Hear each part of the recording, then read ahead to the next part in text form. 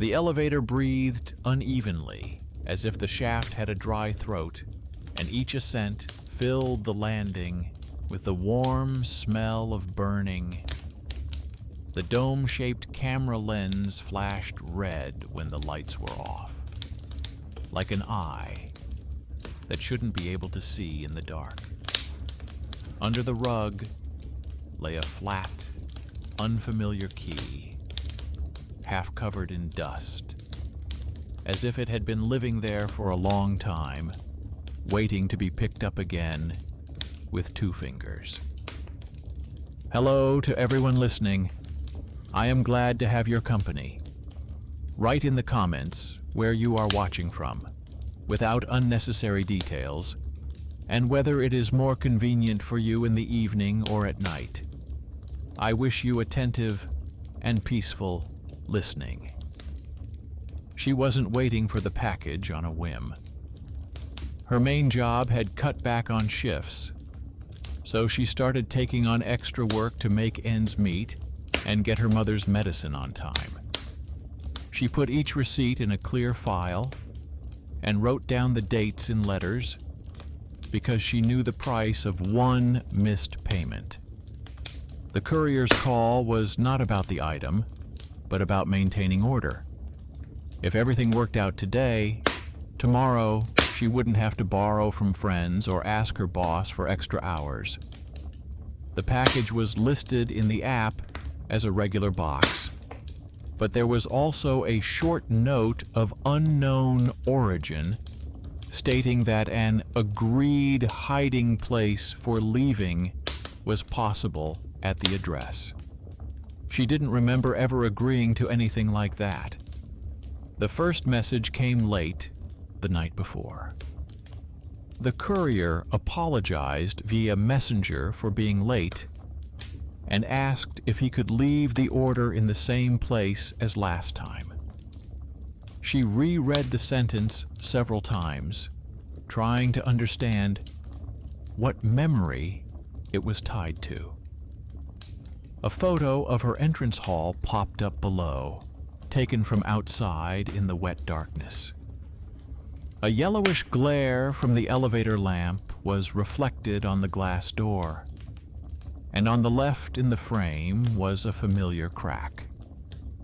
She went downstairs in her slippers and jacket, looked in the niche under the mailboxes, checked the trash can, looked under the doormat. Nothing. In the app, the status changed to delivered, and a thank you message popped up in the chat, as if she had already picked it up. The concierge spread his arms and said that the door had opened a few minutes ago by itself, as happens when it is pushed from the outside and held with an elbow. At that moment, the intercom camera showed no silhouette in the doorway, only a sharp light on the metal and a strip of shadow on the floor. She returned to the apartment and once again went over in her mind the reasons why she had to behave rationally.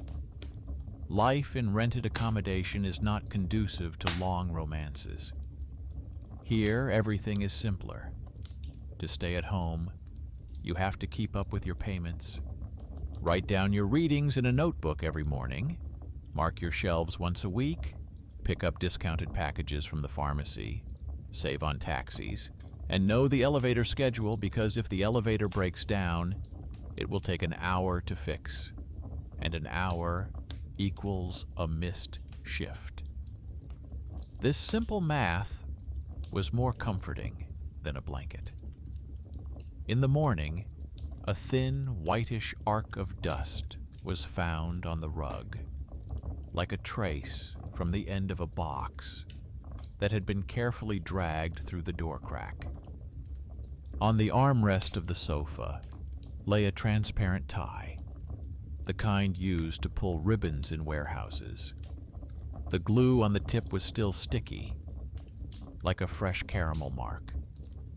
On the table near the door lay a scrap of sticker with a faded lily in the corner, the familiar silly ornament of the service company. which sometimes appeared on notices asking people not to leave carpets in the hallway. Taken separately, these three trifles could mean anything, but together they formed a man-made pattern. Someone was not just playing at appearances, but was in the habit of leaving small, unmarked packages at this entrance without witnesses. She started a quiet notebook of observations. In the first column, she wrote the time of the courier's letter. In the second, the condition of the elevator lamp. In the third, the behavior of the dome point. In the fourth, the traces near the rug. In the evening, she stuck a transparent strip on the inside door handle, one that barely clouded up from her warm finger. She sprinkled a teaspoon of flour on the doormat, lightly, so as not to disturb the neighbors. She placed her phone camera on a tripod by the coat rack, without sound or flash. There was no choice. Either she continued to live in conjecture, or she carefully filed each point away, as she had been taught in the student archive, where she once sorted cards. At night, the elevator sighed twice, with short pauses, like a person with a habit of taking a breath before climbing stairs. The lamp in the hall became warmer for a second, and then returned to normal. The dome light flashed when it shouldn't have. At 3 o'clock, a polite message arrived from the courier via messenger, saying that he was on his way and would be there in a few minutes, asking her not to leave because he would wait where they had agreed. She did not reply. The address in the app was the same as before, but in the recipient field, a surname suddenly appeared, the middle part of which coincided with her mother's maiden name. Only one letter wavered, as in old passports when they were written by hand. It was the first silent blow. The old bundle suddenly raised its head without asking if it was allowed to. The concierge at the bottom of the page scrolled through the intercom tape and found a recording where the door opened without a button, as if someone inside had pressed it with their shoulder. The frame shows glistening metal, but no person. The janitor shrugged and said that sometimes the draft from the stairwell was so strong that it pulled the door like a living hand. She looked at the janitor and wrote down that a draft was also a resource. If a draft could open a door, then someone could choose the right moment. During the day, she visited the nearest places where her cargo could have been left. The stationary kiosk at the tram stop smelled of cheap ink and heated cardboard.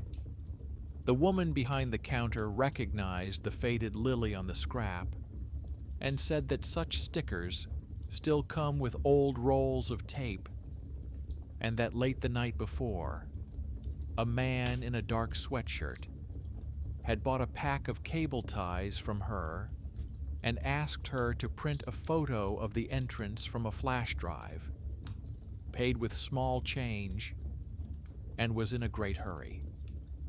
She did not see his face, but she remembered his fingers. There were white stripes on his phalanges, like people who often peel off bandages.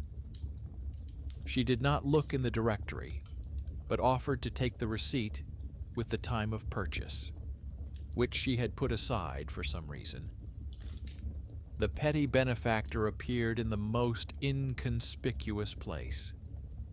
The kiosk turned out to be more effective than any camera.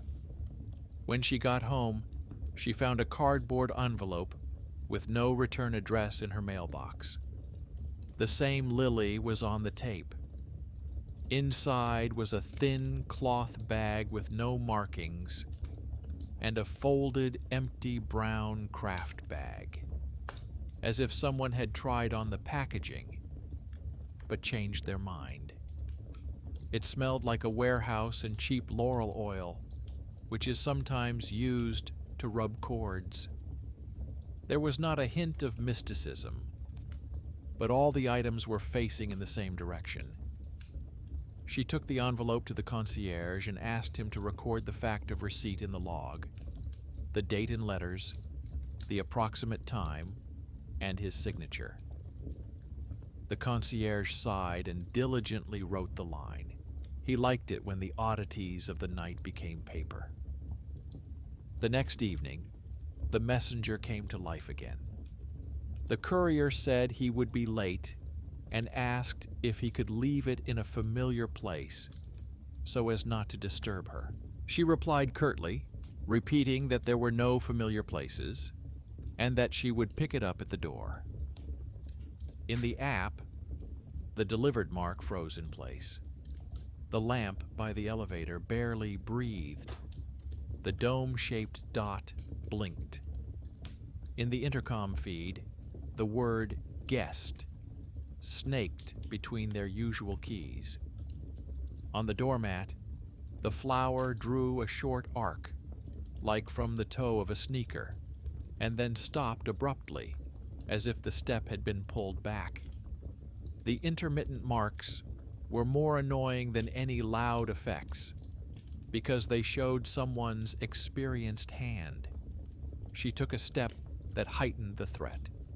She left the camera on and went out into the stairwell, as if she were just taking out the trash. The railing was cold, and glare fell on the mailboxes. Behind the glass door, the same warm pool of light wandered. She touched the latch and felt a barely noticeable vibration, as if someone were holding their palm on the other side without touching it. A second later, the air settled and the door relaxed. She realized that someone was waiting downstairs by the front door, waiting for the moment when the spring inside the building would release. She got back up and did what the archives and her poor biography had taught her. She hid her emotions behind procedure.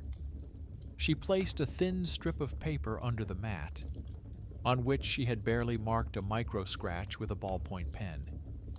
If the mat was lifted, the line would shift. She stuck a new transparent film on the lock from the inside, which turned yellow from her warm fingers.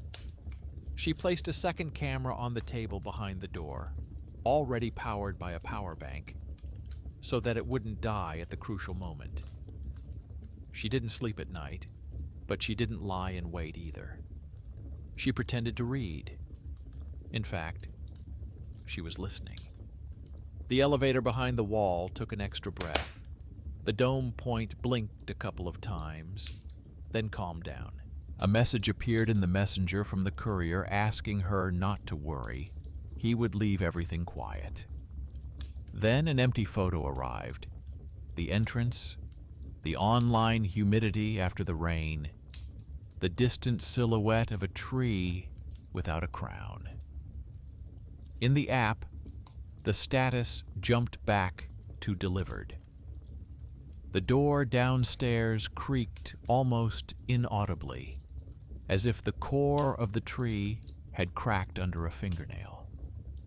The next morning, a cloudy arc appeared on the film on the lock, where a palm usually does not rest. The rug shifted a few millimeters, and the risk beneath it was gone. She laid everything out on the table: the screed, the lily, the envelope, the film, the printed receipt from the kiosk, the screenshots, the intercom tape recordings, the photos from the second camera.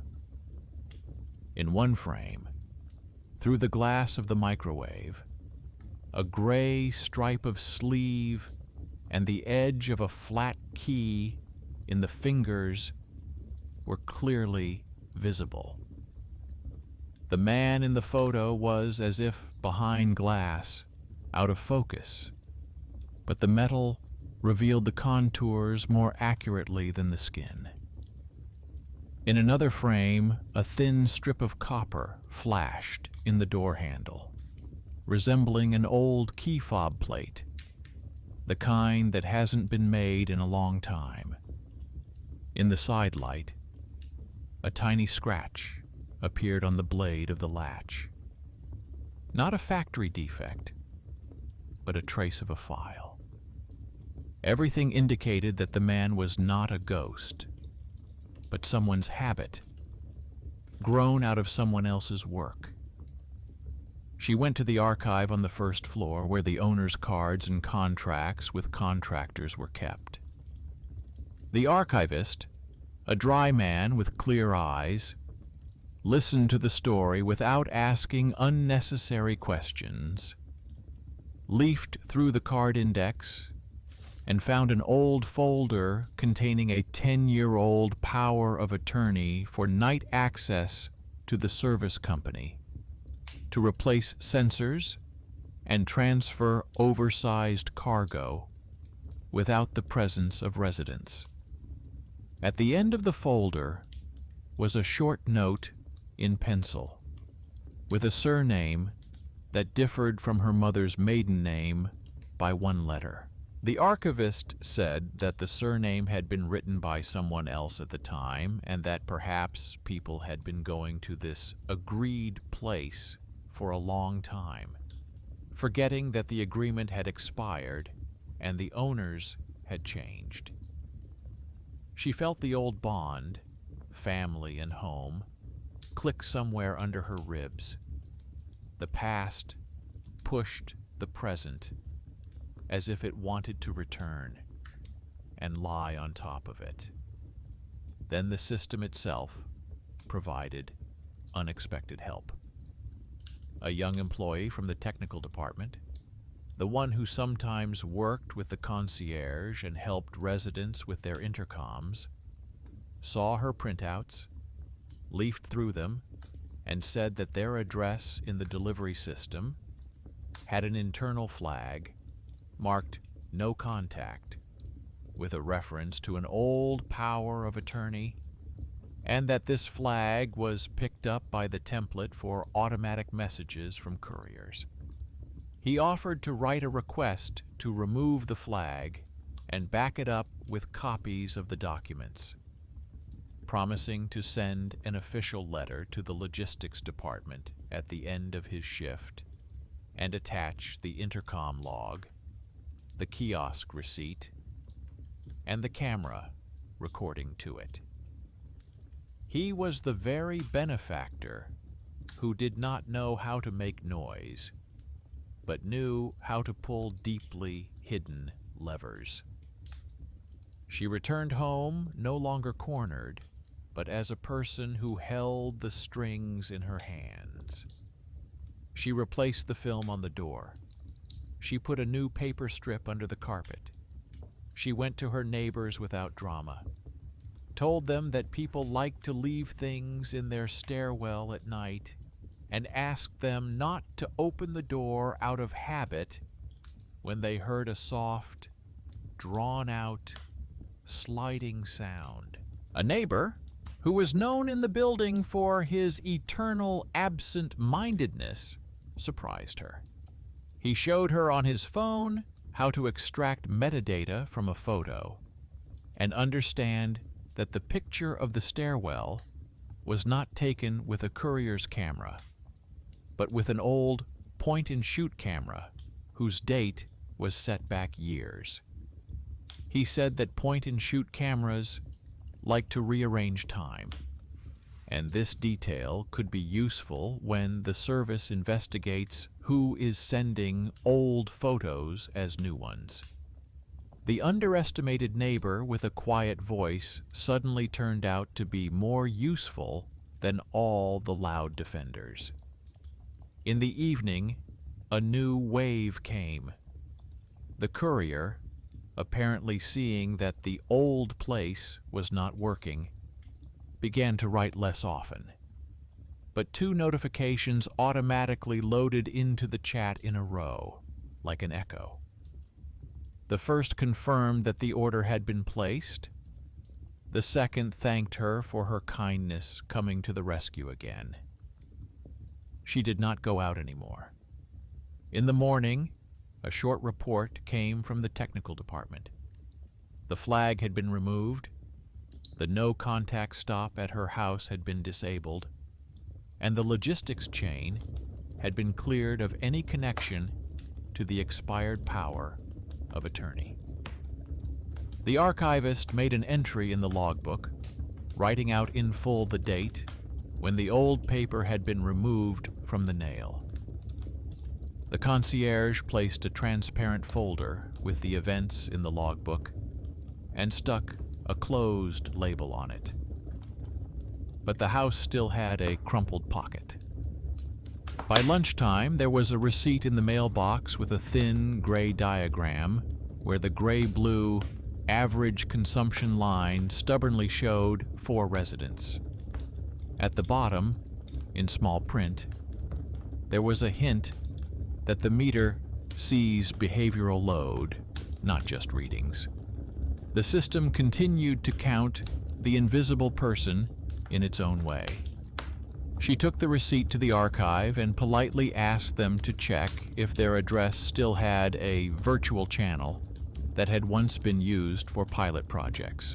The archivist took out a diagram and found a small block with a peeling sticker in a box labeled miscellaneous, a device that reads microfluctuations in light and converts them into human shadows. The electrician said he would remove the block during the week, put a plug in place, and reset the house to clean readings. She was surprised at how often ghosts grow out of boxes of screws. By evening, she had received another photo of the entrance, this time not from a messenger app, but in a paper envelope.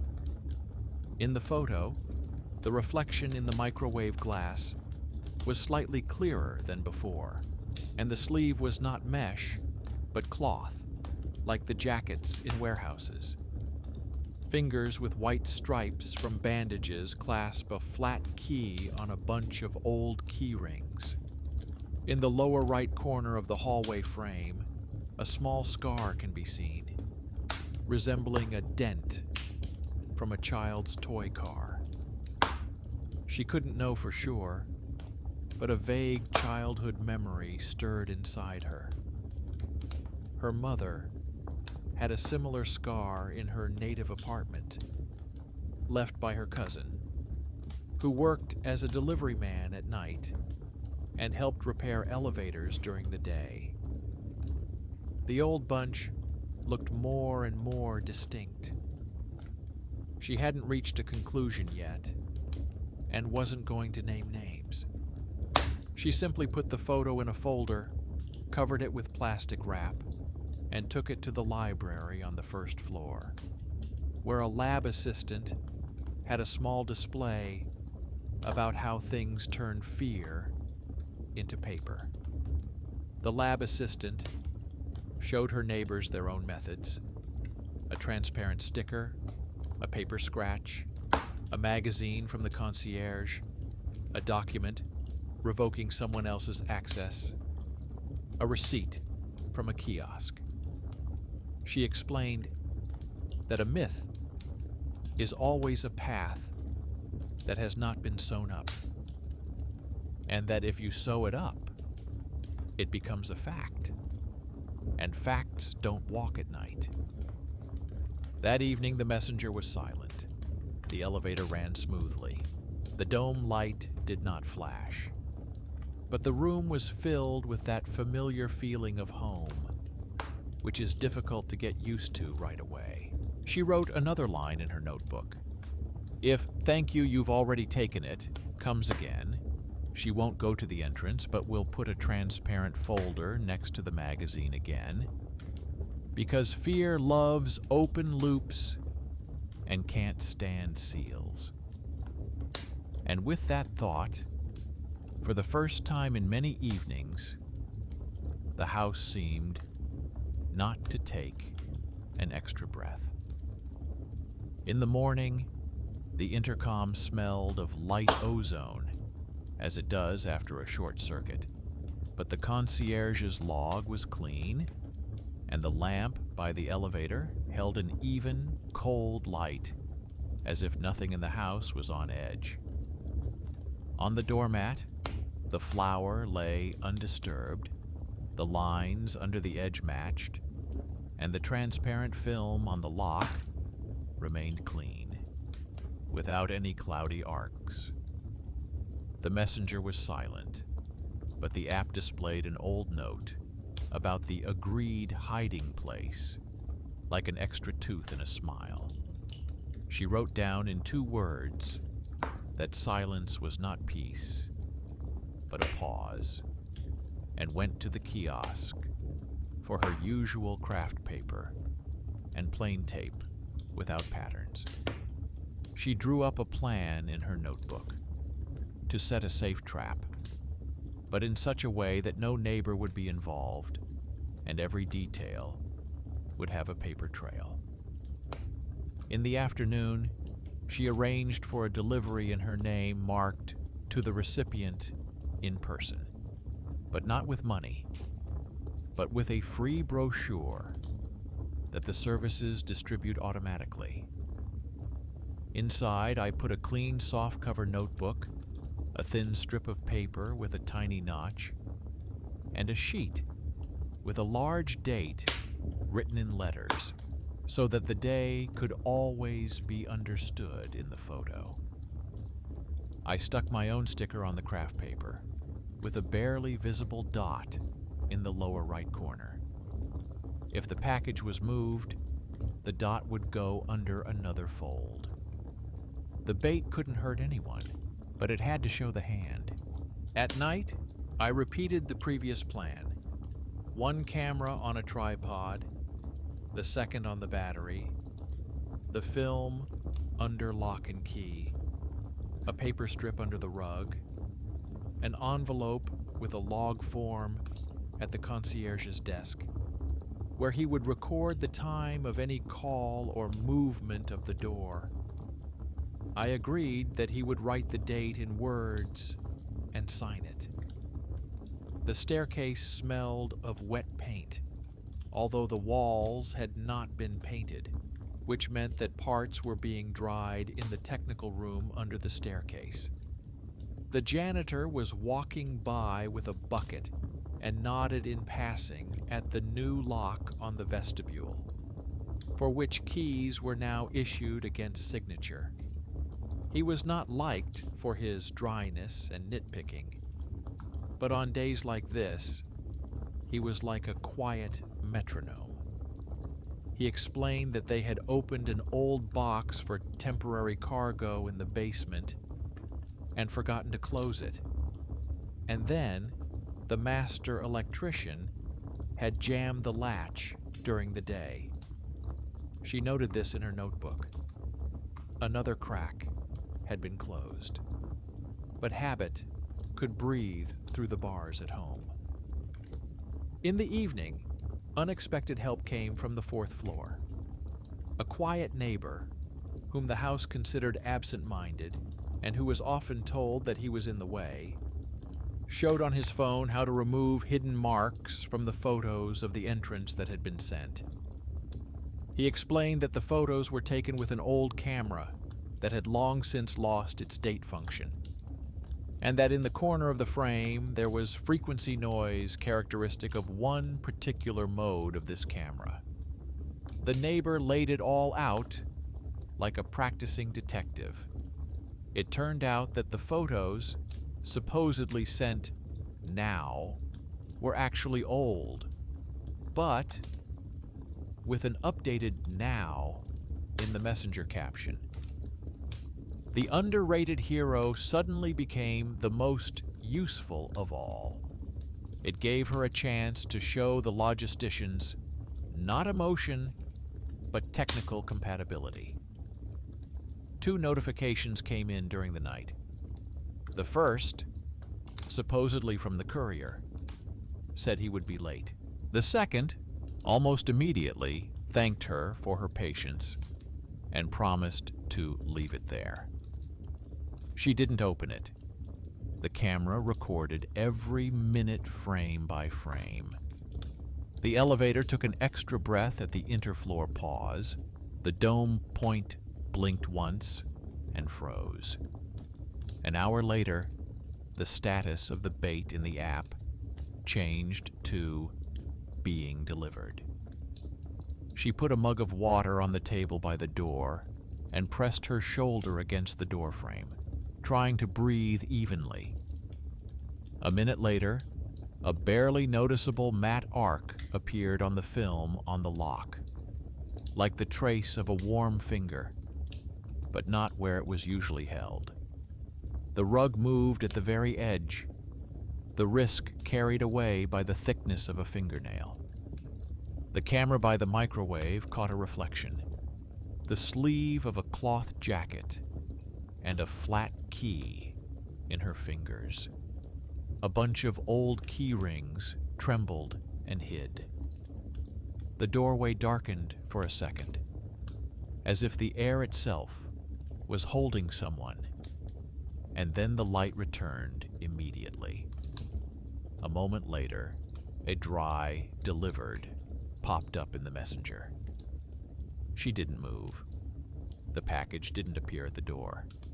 The notebook lay on her table, just as it had been, because the bait was registered to her and didn't leave the room. So delivered wasn't about things, but about a gesture. In the morning, the concierge showed her the log. The night had passed without any calls. He didn't record the time the door was open because the mechanism worked on its own, as if pushed quietly from the inside. She realized that her home was controlled by an old bundle of two threads: abandoned powers of attorney and the habits of people who had grown out of these pieces of paper. And there was a third thread: her own anxiety, which was always ready to fill in the blanks where there was a glare. She didn't argue with herself, but went to the archivist. The archivist took her calmly. He found an old list of residents in a folder, where there was a surname that almost matched her mother's maiden name. Only one letter was written differently, in clerical style. Next to it was a 10-year-old mailing plan where the house was listed as a night simplification for the contractor. At the end was a short note in pencil: reissue when composition changes. The reissue did not happen. He said that this happens when people leave and the papers remain, and asked her to write a statement requesting that the address be removed from the internal no-contact lists. She did so, providing references to the acts, the intercom tape, photos with markings, a receipt from the kiosk, a detail with a soap dish, and even her own handmade sticker with a dot. She put everything in a transparent file with numbered sheets. In the technical department, the same young employee accepted the package without much ado. He added a memo to the application where he linked the old power of attorney, the internal flag, and the automatic messages. He promised to run through the list of addresses where such flags were hanging at the end of his shift to remove them in bulk. This is not heroism, but the correct process. And it is precisely such processes that bring the house to a steady state. He said that during the inspection he would disconnect their house from the system altogether so that no courier could hide behind it. She thanked him briefly and realized that this little man was now doing more than any high-profile inspection. In the evening, she went to the basement. Not out of curiosity, but because the report said that there used to be a box for temporary cargo there. The smell of damp concrete, the sound of a drop in the far corner, the soft rustle of someone else's bag in the trash can. The door to the storage room was closed with a new latch, and there was a fresh seal on the lock. A thin strip of screed lay on the floor. On the wall was a tiny rough mark, as if the straight edge of a box had often been pressed against it. She photographed the marks, noted the time, and left, because the meaning of the basement was now clear. It was not a place of horror, but a place where lazy decisions were stored. This was something that needed to be dealt with upstairs, in the light.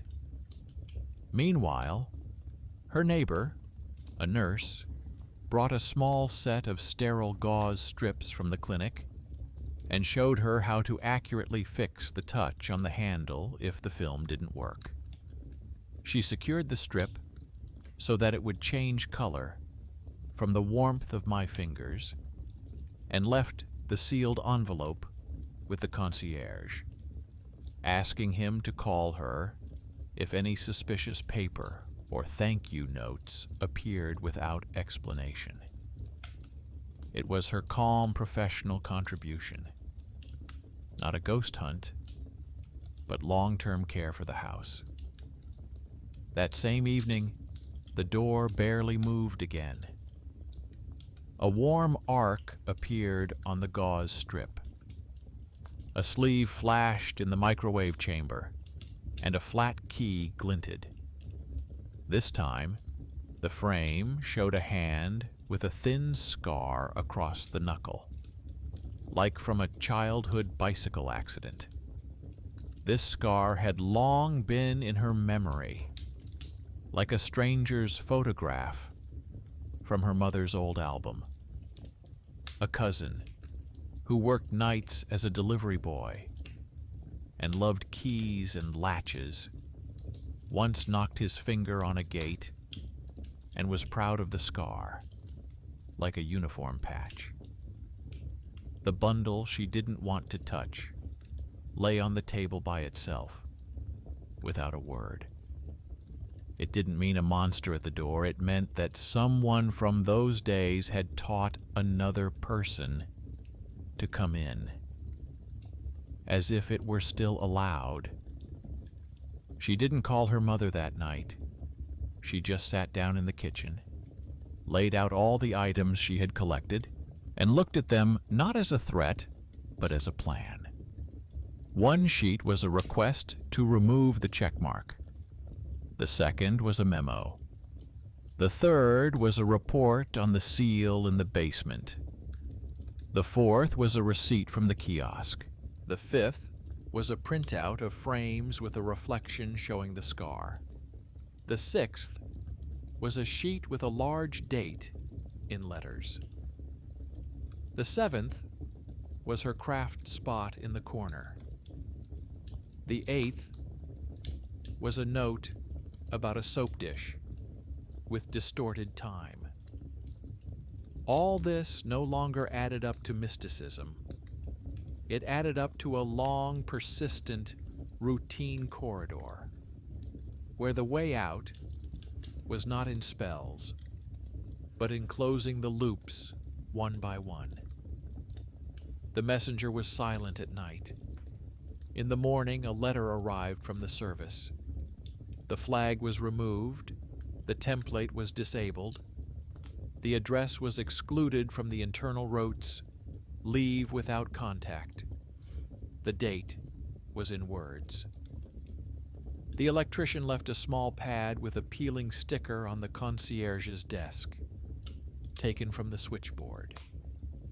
The concierge neatly filed it away in a transparent box as a monument to what had been frightening while it was nameless. The janitor hung up clean notices without lilies, reminding people in a few lines about their responsibility for unauthorized posters and nighttime agreements. The neighbor with the soap dish sent a file describing the noises of the old cameras and said that this report could be included in any future proceedings. In the evening, the house breathed evenly. She poured water, looked at the door, and remembered a childhood saying, "Anxiety is also a habit, and it too can be filed away in a folder." She wrote down one sentence. If "thank you, you've already taken it" comes again, the answer will not be to run to the elevator, but to the application number and the letter with the stamp. The house listened and did not argue. By evening, the silence had become thick, like a blanket after washing, and only the elevator took its usual short breath every half hour, checking to see if the old hinges had returned. The icons in the app glowed gray. The messenger was silent. There was no cloudy arc on the film by the lock, and the flour under the rug lay like leveled snow. She noted to herself that this was not peace, but an interval between blows, and decided not to waste it waiting. She took out a clean file, put in a copy of the statement from the technical department, a printout of the unchecked box, a sheet with the date in large letters, and a photo of the switchboard taken by an electrician. On top, she placed a thin piece of craft paper with her own mark in the corner. This file was like a small anchor. If the house pulled her back into the night, she would have paper stones at her fingertips. At night, the silence finally gave way. A polite message came from the courier saying that he was nearby and would leave the package as agreed. The system no longer picked up on the template "same place as last time," but the formula was painfully familiar.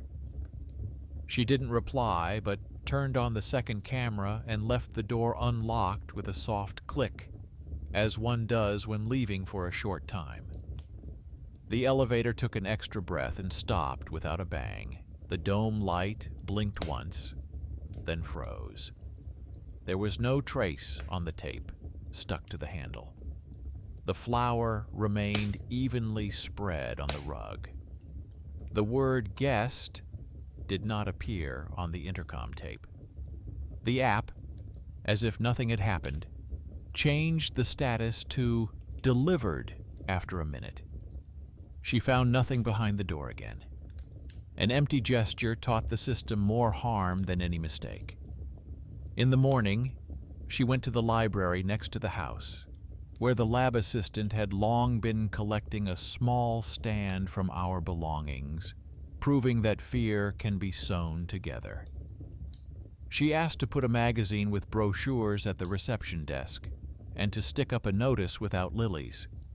All delivery people hand over newspaper bags only in person, with a signature on the spot. The date, in words. The lab assistant nodded and added her own touch. She attached a transparent pocket to the magazine to hold suspicious envelopes, sheets of paper with thank you messages without any event, and scraps of ribbon. There was more concern in her dry voice than in all the nighttime apologies on Messenger. The janitor, who was often teased in the building for being a stickler for rules, turned out to be the very underrated person who knew how to play the long game.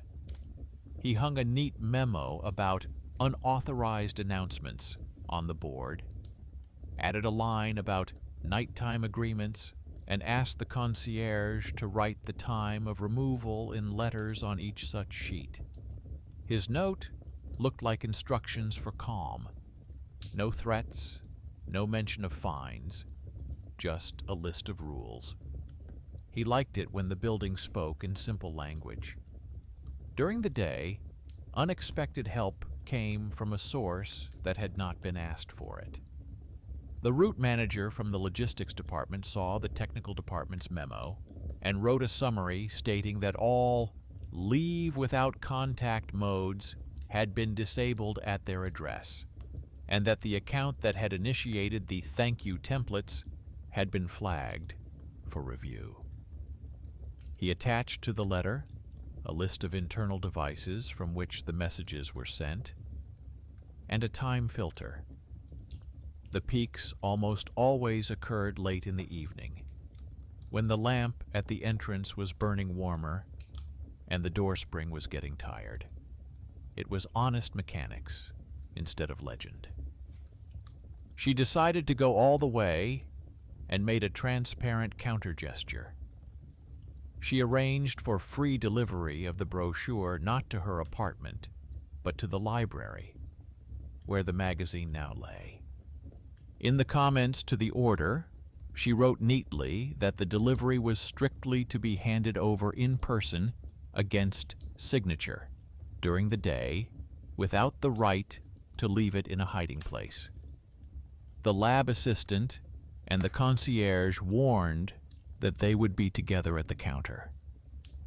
The neighbor with the soap dish agreed to stand aside and look at the reflections, because his eye catches the seams where the frame lies.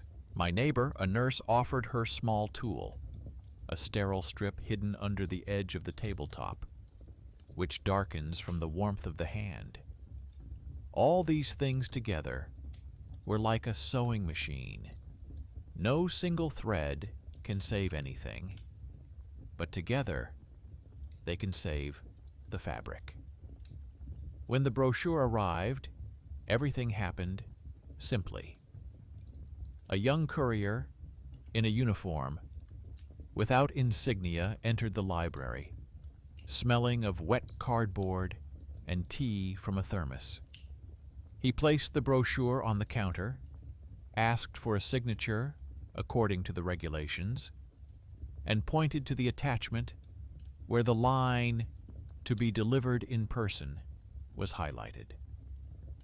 Under the light of the lamp, there were no white stripes from bandages on the courier's skin, and a regular chip dangled from his keyring, not a flat key. On the table, the sterile strip remained pale. The neighbor with the soap dish, standing by the closet, noted to himself that the reflection moved in time with the person, not the stubbornness of the glass. The concierge wrote the date in letters and signed his calligraphic signature. And at the same time, the old polite phrase, "I'll leave it where I left it last time," popped up in the chat at home, as if the house had not had time to erase the previous inertial trace. She felt a thin crack appearing under the box between the world of paper clarity and the world of habits. And she realized that this gap had to be closed not with nights, but with letters. On the same day, she took a printout of the new message to the technical department and attached a radio coverage map to it, which her neighbor with the soap dish had given her. He knew how to show how data packets get stuck in the stairwells, and how old messengers release them with a delay, as if it were now, even though it was yesterday. This time, a young employee of the technical department added an explanatory note to the case. In the house, the interceptor of the old virtual channel had accumulated echoes of templates, and now that it had been removed, the tail would continue to spring back for some time with the remnants, which would disappear as the access points were updated. He wrote everything down in plain language, without jargon, and filed it in the internal archive. It sounded like an explanation without mysticism, and looked like a small victory for the dispatcher over the legend. But the house decided to test them again anyway. In the evening, when she laid out the craft paper, film, and notebook on the table, a small envelope with no return address was found in the mailbox. Inside was a thin cloth bag and a children's notebook with a scar-like mark on the cardboard cover, as if it had been held by fingers with a transverse scar. On the first page, in angular letters, was a fragmentary phrase about leaving it at the door when they didn't want to come out, with no dates or names. The paper smelled like an old closet. She sat down in the kitchen and stared at it for a long time, not reading the letters, but reading the air around them. This bag was not a threat, but a request to preserve a simple habit of helping in silence. The problem was that the habit had gone too far and become a strange voice at night. She called her mother and quietly recounted what she had found. Her mother listened silently and said exactly what needed to be said. In their family, they liked to leave food for those who didn't ask for it. Sometimes they entered quietly, so as not to disturb anyone. Once, such a visit turned into a quarrel because the door was opened when it shouldn't have been. Her mother asked her not to invent miracles where order had ended and promised to look for an old letter about that long-ago power of attorney. Every syllable of her voice placed a flag in those places where the myth had taken root, and where there had been trembling in the morning. Now there was simply fatigue. She made the last move on which everything depended. She wrote a short note and dropped it into the same box from which the silent envelopes had come. The note contained only 2 lines. No need to leave anything at the door anymore. And if I need help, I'll call myself, without reproaches or names. No invitation, no address, just a closed loop. She accompanied the note with a copy of the checkoff form and a tiny sticker without lilies. It was not a challenge, but a latch that could only be closed from the inside. A day later, the house responded in its own way. Not a word appeared in the messenger. The lamp by the elevator breathed evenly. The dome-shaped spot on the ceiling made no unnecessary gestures. The mailbox contained the usual advertisements, without lids or lilies. The concierge smiled and showed me the logbook, where the comments column was blank, and carefully underlined the word quiet. The electrician brought a receipt where the behavioral load column no longer had a gray-blue line, but only dry meter readings written out in words. The janitor turned the sign on the board so that it didn't catch the eye, and said in a retelling that the house was breathing as if it had been aired out. The neighbor with the soap dish summed it up in his own way. He sent a file with pure noise, where there were no foreign waves. The neighbor, a nurse, drank her tea and put the sterile strips away in a box, for just in case. In the evening, she took out the child's notebook and put it in a transparent file, not because she wanted to preserve the legend, but because it was the right thing to do. Every object should have an address. The folder was full. On its spine, she wrote briefly, "Left behind, completed." She didn't close the observation notebook, but simply turned to the next page because life loves new columns. The page was empty, and that emptiness was not frightening. One night, the house stirred the air in the stairwell, like someone training their voice after a cold. She woke up, listened, and did not go to the door. Not a single spring inside her twitched. Only her heart noted that she had learned not to run to the elevator when she wrote, "Delivered." There were no traces on the tape in the morning, not a single arc on the flower under the rug. Only the usual keys in the intercom tape. Past orders hung in the app, and none of them tried to become real without her consent. She made tea, put the mug where her circle was, and thought that justice doesn't always look like punishment. More often, it looks like a clean table, even light, and a signed journal. And yet she left a small, dark spot on the right side of the table, not out of fear, but out of respect for what had once helped.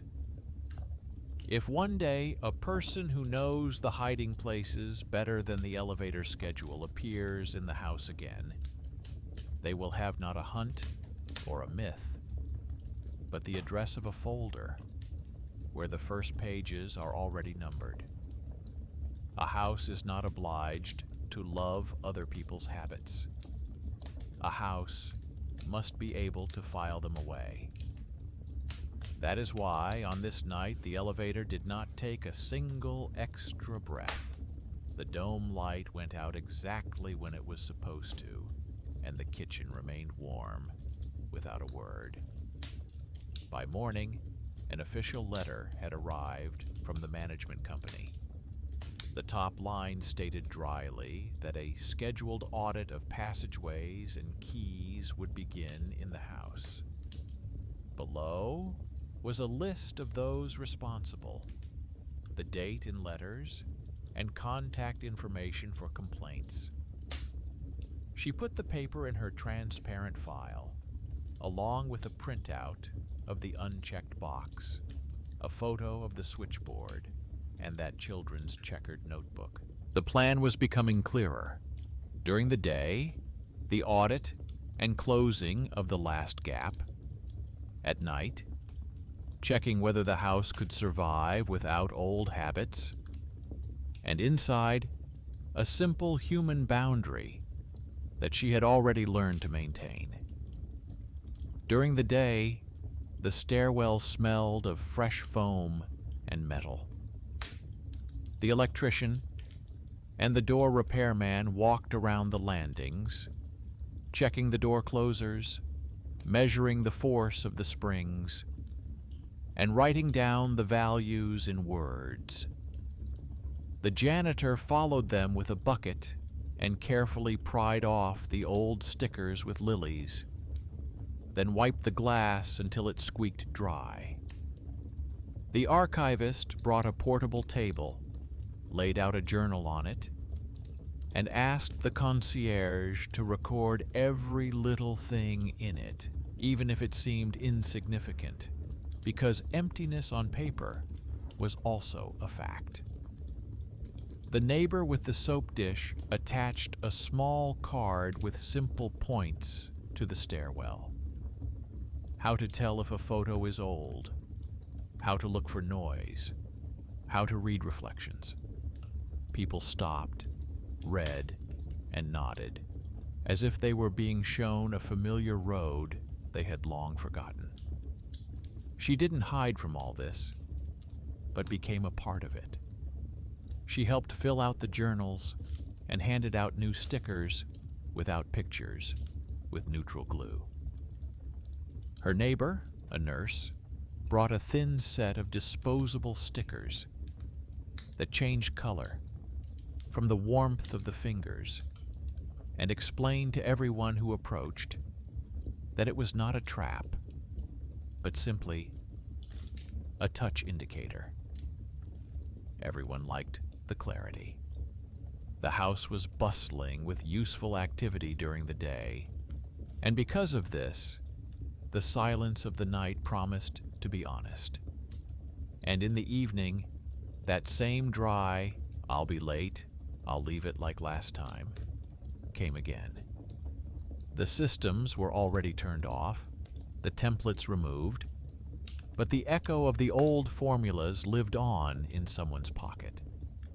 She didn't answer and took 2 steps that seemed small, but actually moved the story to another plane. First, she used the app to set up a temporary ban on contactless actions for her address, with password confirmation that could not be replaced by a message. Second, she brought an empty box from the library with a bright date written in letters on the side and placed it by the table, in view of the camera, but inside the apartment, not by the door. If the app says delivered again at night, it will be a lie, confirmed by the large date in the frame. The elevator was quiet in the evening, like a student after a reprimand. The dome light did not flash. The film on the lock remained transparent. The flower under the rug lay drearily, like snow in a photo from last year. Inside, however, there was a faint trill of alarm. She didn't drown it out with music or chase it away with coffee, but laid out her things nearby. A ribbon without lilies, an old scrap with a lily, sterile strips, a receipt from a kiosk, a child's notebook. These items were not talismans. They were the story of how night learned to be day. The night began with a delay. The message in the messenger came closer to midnight. The usual formula, the address was correct, and at the bottom was a blurred photo of the entrance, where the reflection in the glass again looked like an expert peeking out, as if it wanted to get in, but was afraid to admit it. A minute later, the status in the app jumped to delivered, even though the box with the large date was sitting on her table and hadn't gone anywhere. The camera caught only a brief flicker in the strip of light under the door, as if someone had leaned their shoulder against it in the hallway and immediately stepped back. The film remained clean. The flower remained untouched. The word guest did not appear in the intercom log. It was a pure lie of old habit, devoid of mechanism. In the morning, a printout was already lying in the library. A screenshot of the delivered status next to a picture of her box and a large date in the corner. The lab assistant filed it away as the last stitch in the lining. The technical department added an analytical note of its own. Overnight, there had been one test request from an old device on the network, which did not require authorization, and the system did not allow it. The list of internal devices from which polite phrases had previously been sent now lay in a separate folder marked for review. The route manager wrote in a summary that he had contacted the contractor and received a list of those who had once serviced the house under an expired power of attorney. He also said in a summary that the service was ready to talk to whoever had the old soap dish and the old set of keys if they wanted to hand them over voluntarily. There was not a hint of threat in the text of the letter. It was a calm, "We will close the loop." In the afternoon, she went to see her mother, not as an accuser, but as a person who needed to put the final comma in place. An old lamp flickered on her mother's table, and the corner smelled of medicine and cardboard. Her mother brought a thin folder from the box with those years. There were receipts, statements, notes with roots, and a neat piece of paper with a power of attorney, where their address was listed in the night simplifications so as not to wake people up during the difficult months. At the bottom, there was a handwritten note in pencil by a man whose name they knew only from childhood stories. He really did open doors with his elbow so as not to leave fingerprints. He brought food to those who couldn't open the door, and he was proud that the night is not scary if everything is in order. Her mother said that the man had left long ago, had left with difficulty, and had given the keys to someone of his own, because that's what happens when a habit becomes a legacy. There was no mysticism in these words. There was understandable pain in them.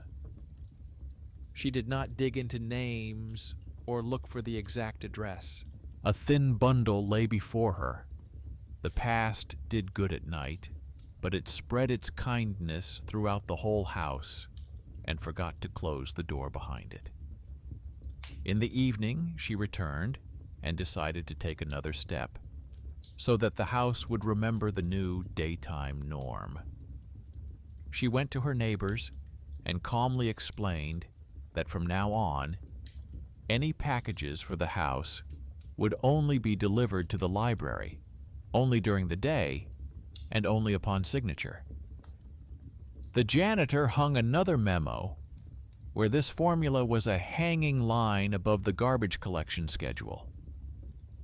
The concierge started a separate handed-over log at the front desk, where each line ended with a surname and signature.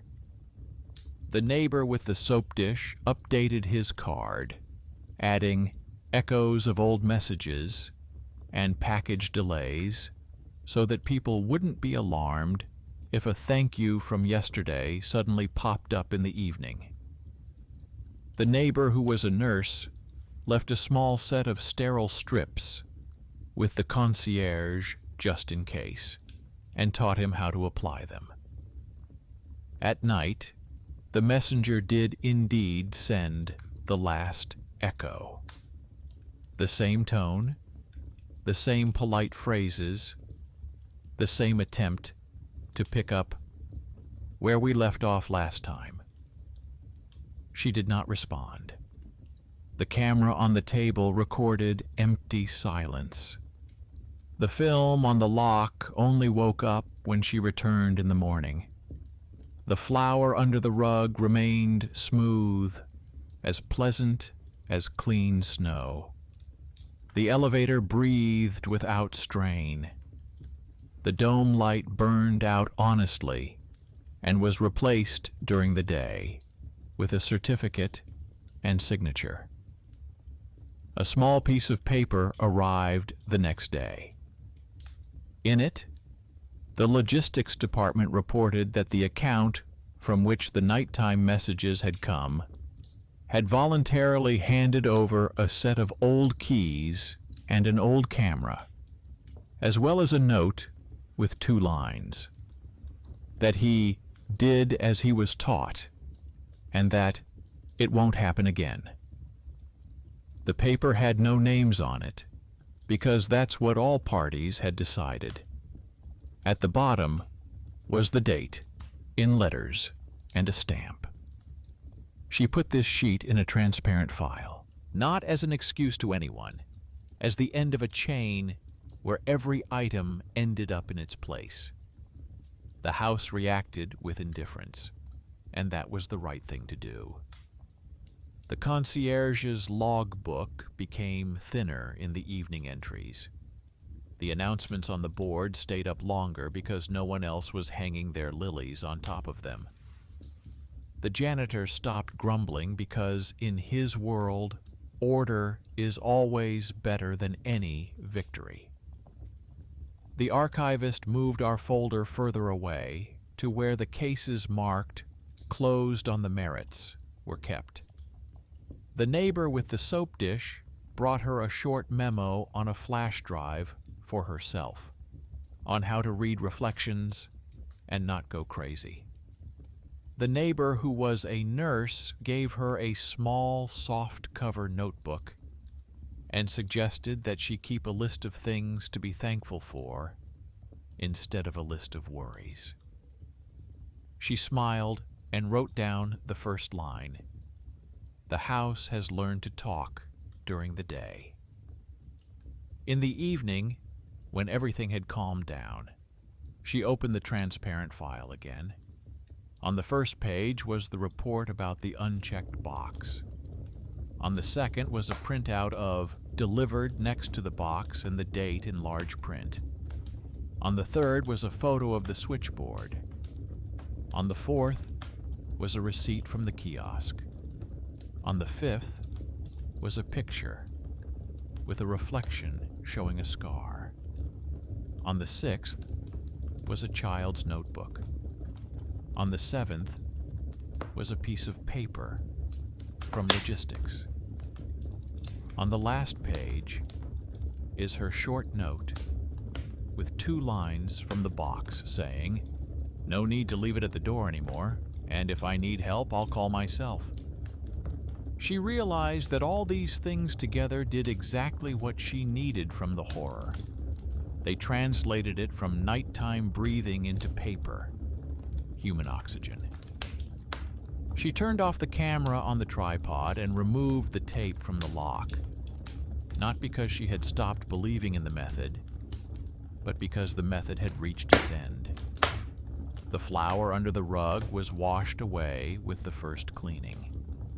The magazine remained with the concierge, like a new habit. The neighbor's quiet card hung on the stand.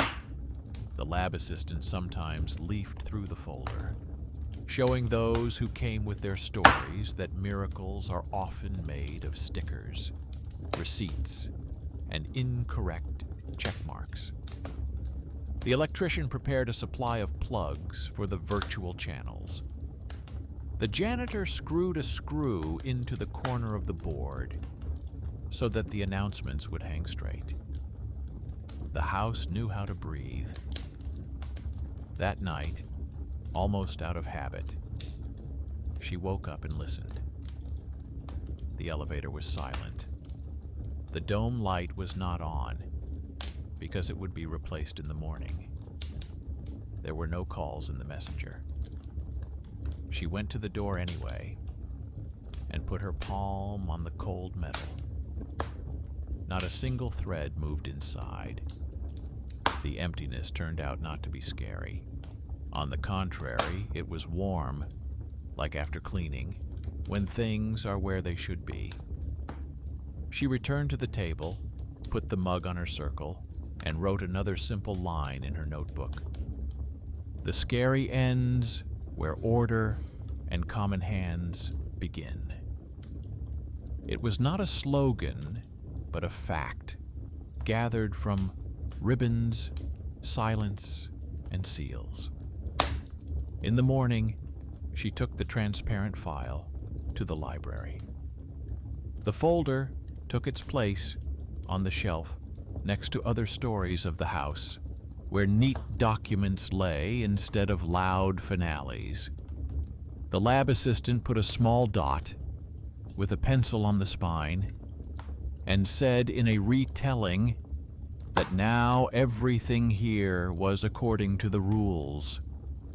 She nodded, and as she was leaving, noticed a fresh stack of brochures with large dates on the covers at the entrance. Someone had written in pencil on one of them, "In hand during the day," and that was enough for the house to live through another night without taking an extra breath.